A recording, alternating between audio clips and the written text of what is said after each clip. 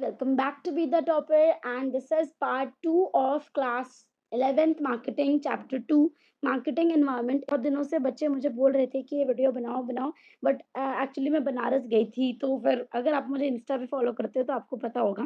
तो मैं गई थी, तो मैं भी बिजी थी, थक गई थी, तो मेरे को टाइम नहीं मिल पा रहा था।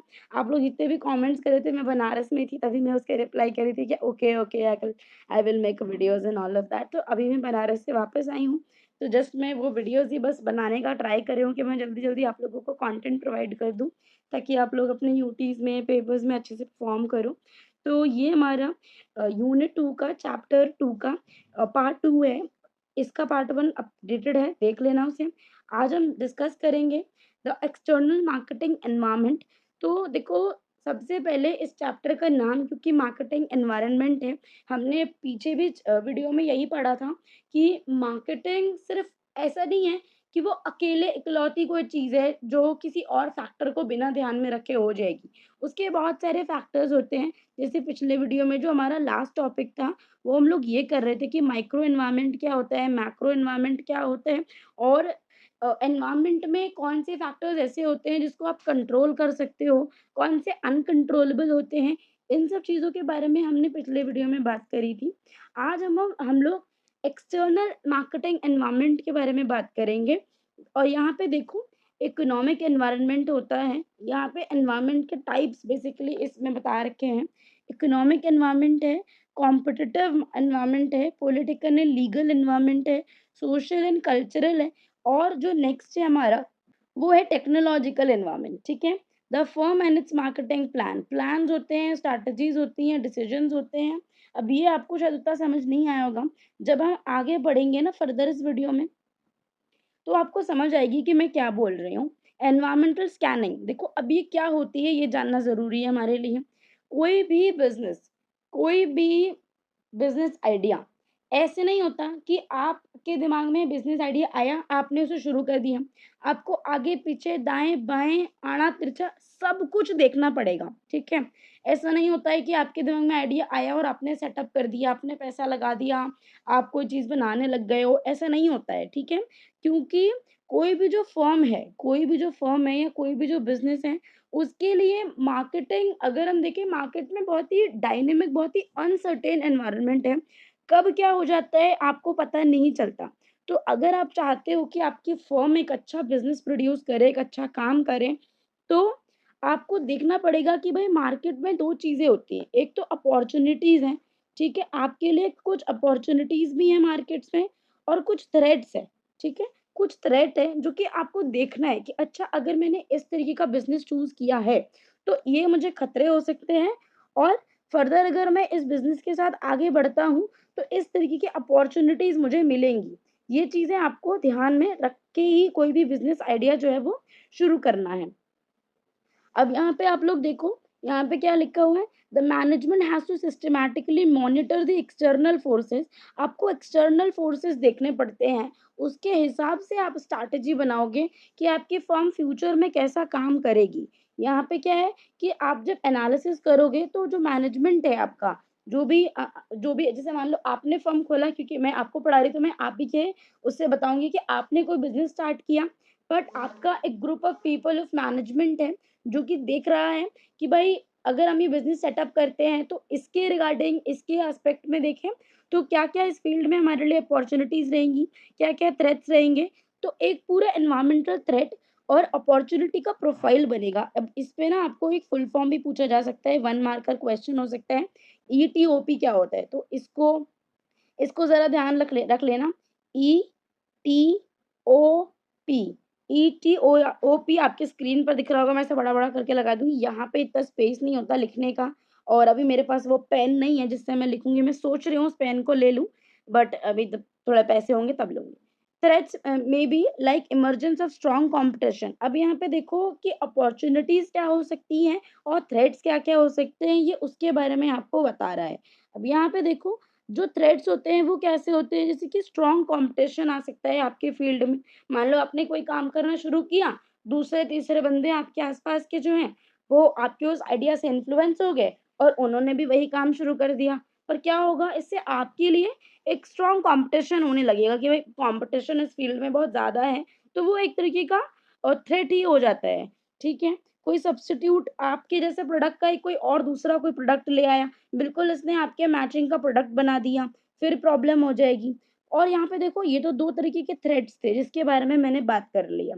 अब हम अपॉर्च्युनिटी की बारे में बात करेंगे, तो opportunity could be like a path breaking new technology अगर जैसे आ जाती है।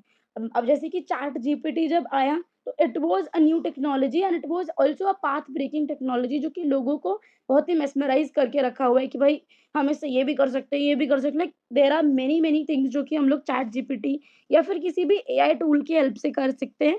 तो वो एक टेक्नोलॉजी ऐसी है। अब जैसे कि जो जिस जब हम डिजिटल ज़माने में नहीं जी रहे थे, उससे पहले जो बड़े-बड़े बिज़नेस थे, जो एस्टेब्लिश हुए थे, जब उनके लिए आया होगा ये अमेज़न, फ्लिपकार्ट का, तो that was the path breaking new technology then उनके ज़माने में कि भई अब हम अपने इस बिज़नेस को ऑनलाइन एक्सपैंड कर सकते हैं। भले ही हम अजमेर में बैठे हों, जयपुर में बैठे हों, राजस्थान मैं मेरे को भाई राजस्थान ही क्यों इतना याद आ रहा है। अच्छा मैं मैं मेरा लास्ट ट्रिप था वहाँ का, तो मुझे इसलिए शायद वो याद आ रहा होगा।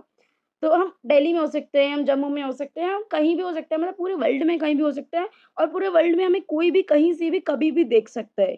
कोई वो नहीं है, कोई रुकावट नहीं है। तो ये एक न्यू टेक्नोलॉजी थी। तो इससे क्या होता है कि आपको अपना बिज़नेस सेटअप करने में एक कम कॉस्ट लगती है और आप बहुत ज़्यादा अच्छा कर सकते हो। प्रोडक्ट का क्वालिटी इम्प्रूव कर सकते हो क्योंकि अगर आपको बिज़नेस के इंफ्रा में बहुत ज़्यादा पैसा नहीं लगाना पड़ रहा, तो आप अपने प्रोडक्ट पे ही वो पैसा लगाओगे। जिससे आपके प्रोडक्ट की क्वालिटी एनहांस होगी, तो वो एक अच्छी चीज़ होती है। और अब हम लोग आएँगे एनवायरमेंटल स्कैनिंग पे, तो अब उसका डेफ़िनेशन आप लोग ध्यान से देख लो कि एनवायरमेंटल स्कैनिंग क्या होता है, तो it is a process of scrutinizing. Scrutinizing मतलब स्क्रूटनाइज़ करना मतलब किसी चीज़ को बहुत ध्यान से देखना, रिसर्च करना, उस पे बहुत एनालाइज़ करना, स्क्रूटनाइज़ करना, weighing up changes and trends in the marketing environment by the firm। अगर कोई भी जो बिज़नेस फ़र्म है या बिज़नेस कोई भी सेटअप है, अगर वो लोग इन चीज़ों को स्कैन करते हैं, इस चीज़ों को एनालाइज़ करते हैं कि क्या-क्या मार्केट में क्या-क्या ट्रेंड्स आ रहे हैं, क्या-क्या चेंजेज़ हो रहे हैं, तो इस प्रोसेस को हम लोग बोलते हैं एनवायरनमेंटल स्कैनिंग, ठीक है? तो इसको आप लोग याद कर लेना, मेबी आपसे पूछ लिया जाए। Before production and launching the product in the market, the management has to make a good market research. कोई भी प्रोडक्ट लॉन्च करने से पहले आपको एक अच्छी रिसर्च बहुत ज़्यादा ज़रूरी है, ठीक है? अब यहाँ पे उस रिसर्च के बहुत सारे वो दे रखे हैं, वेरियस एस्पेक्ट्स गिवन है कि आपको क्या-क्या चीज़ें अपने रिसर्च में देखनी है। तो सबसे पहला आता है नेचर ऑफ टारगेट कस्टमर। आप देखोगे कि भाई आपका टारगेट कस्टमर क्या है? आप किसके लिए सामान बना रहे हो?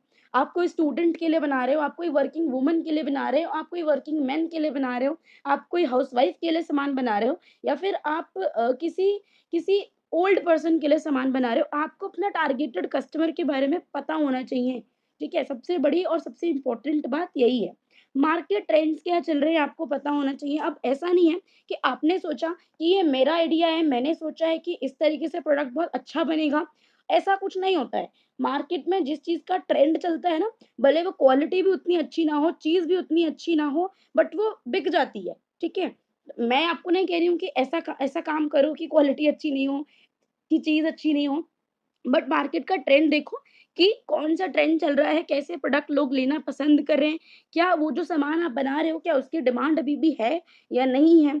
Economic, social and political trends देखो, आपके आस-पास अब कोई ऐसा सामान मत बना देना। अगर आज के टाइम में आपने कोई ऐसा सामान बना दिया है, जो कि सोशली लोगों को मान लो कोई ऐसा डिस्क्रिमिनेशन वाला हो गया, किसी भी तरीके का जेंडर, रेशियल किसी भी तरीके का अगर कुछ आपने ऐसा किया, जैसे कि वो देखना वो जो अभी फेयर एंड लवली जो एक क्रीम थी, सबने मेरे ख़्याल से सुना ही होगा उसके बारे में या कुछ-कुछ ने लगाई भी होगी।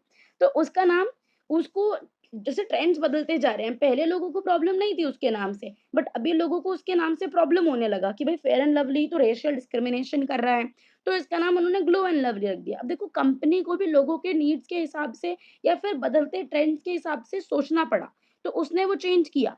इतने सालों से तो वो चलते आ रहा था, उसमें कोई प्रॉब्लम नहीं थी। तो वो एक सोशल एक चीज़ होती है, तो आपको इकोनॉमिक, सोशल, पॉलिटिकल ट्रेंड्स को ध्यान में रखना है। आप कोई ऐसी चीज़ बनाओगे ना, जैसे मैं पिछले भी किसी वीडियो में मामा अर्थ की बात कर रही थी कि आजकल के जो यंग जनरेशन है वो इतना भी ज़्यादा नहीं बट हाँ, वो खुद इतना ही कंसर्न नहीं है but when it comes to environment and all of that तो वो बहुत ही अग्रेसिवली बोलते हैं कि भाई हमारी हाँ सही है कि भाई एनवायरनमेंट को सेव करो। तो व्हेन मामा अर्थ सेज कि अगर आप कोई चीज़ खरीदोगे तो हम आपके बिहाफ पे कोई ट्री को प्लांट करेंगे, कोई सैपलिंग प्लांट करेंगे, तो लोगों को बहुत अच्छा लगता है and that's why they purchase Mama Earth's product. तो एक सोशल ट्रेंड है, उसको आपको ध्यान में रखना है। टेक्नोलॉजिकली ट्रेंड आपको टेक्नोलॉजी का ट्रेंड देखना है भाई कि ये टेक्नोलॉजी चल रही है, नहीं चल रही है। अगर आज के ज़माने में आपने कीबोर्ड की बजाय टाइपराइटर का बना रहे हो अगर आप, तो आप बेवकूफ़ हो। तो आपको टेक्नोलॉजी का ट्रेंड देखना है। कॉम्पिटिशन इस मार्केट में जिस मार्केट में आप काम कर रहे हो, उसमें कॉम्पिटिशन कैसा है? कॉम्पिटिटर कैसा कर रहे हैं? किस तरीके के प्रोडक्ट बना रहे हैं? उनकी क्या स्ट्रेंथ है? उनकी क्या वीकनेसेस है? वो किस जगह पे अच्छा काम कर रहे हैं? किस जगह पे बेकार काम कर रहे हैं? इट्स नॉट अबाउट दैट कि आपको अपने कॉम्पिटिटर की सिर्फ वीकनेस ही देखनी है।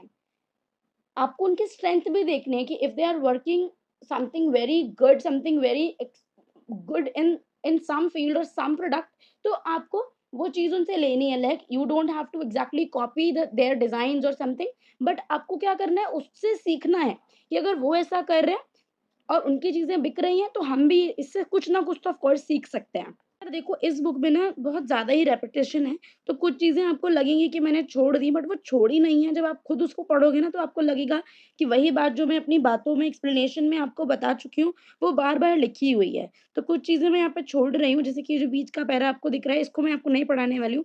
बट अगर आपको लगेगा कि अगर आपने पढ़ा, कुछ एक पॉइंट आपको समझ नहीं आया, तो just do right me in the comment box, I will answer each and every question of yours. ठीक है? मैं सबका जवाब दे दूँगी।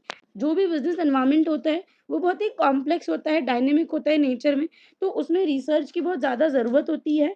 रिसर्च ज़रूरी इसलिए है ताकि हमको हमारी जो पॉसिबल अपॉर्च्युनिटीज़ हैं, जो थ्रेट्स हैं, उसके बारे में पता चलता रहे।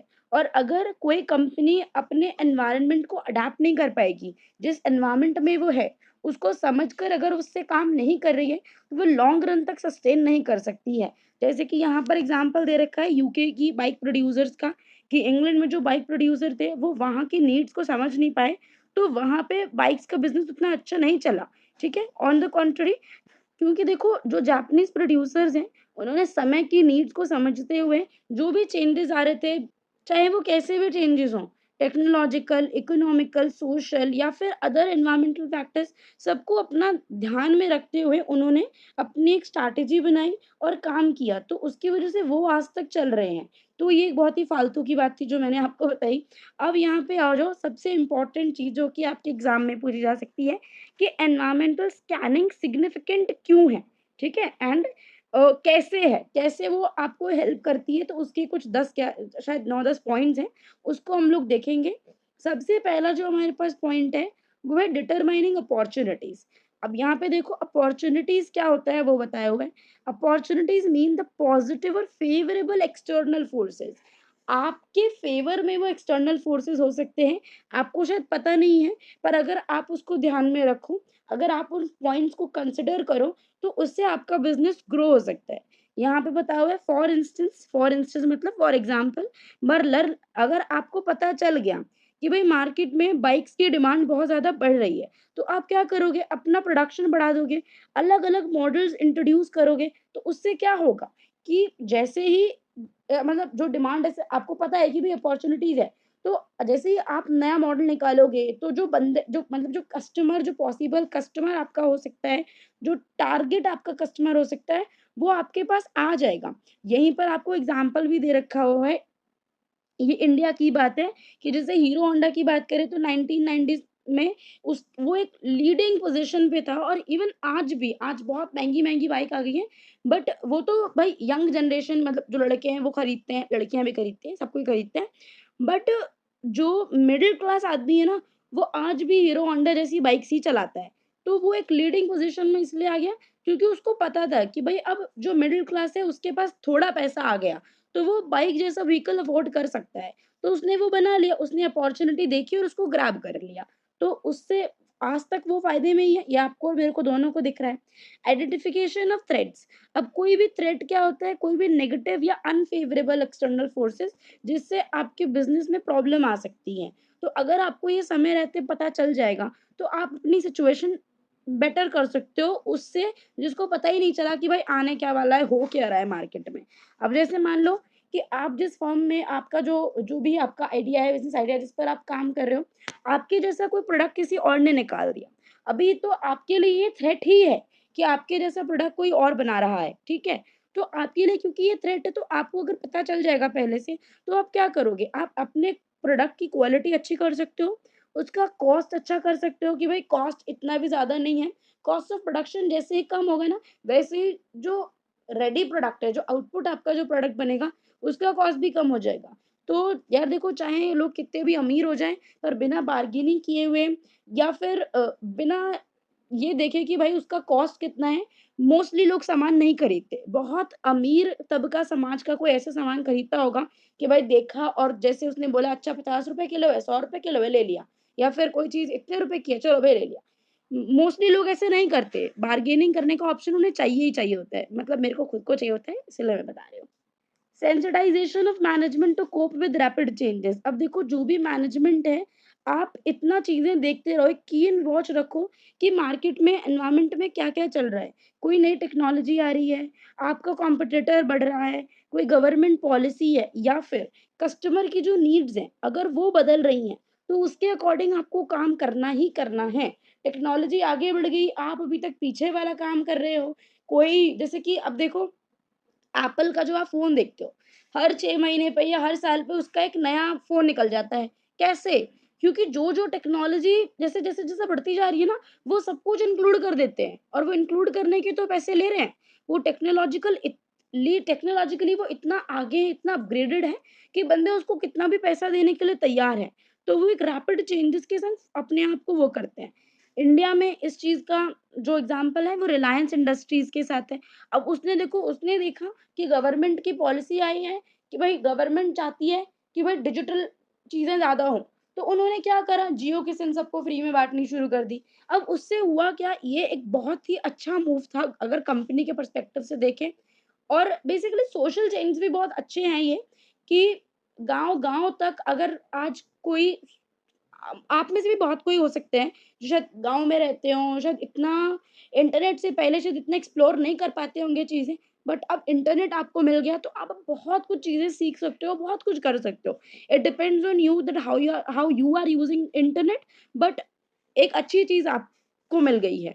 तो वो एक रिलायंस इंडस्ट्री का एक अच्छा एक मूव था कि उसने गवर्नमेंट पॉलिसी देखी और उसने उसको फ़ॉलो किया। तो गाइज़, आज के इस वीडियो में मैं बस आपसे ये 3 पॉइंट्स डिस्कस कर रही हूँ। अगले नेक्स्ट वीडियो में मैं और फर्दर पॉइंट्स डिस्कस करूँगी। आज का वीडियो बहुत लंबा हो जाएगा। अगर आपको वीडियो पसंद आया तो लाइक कर देना, चैनल पे अगर नए हो सब्सक्राइब कर लेना। Thanks for watching. Bye bye.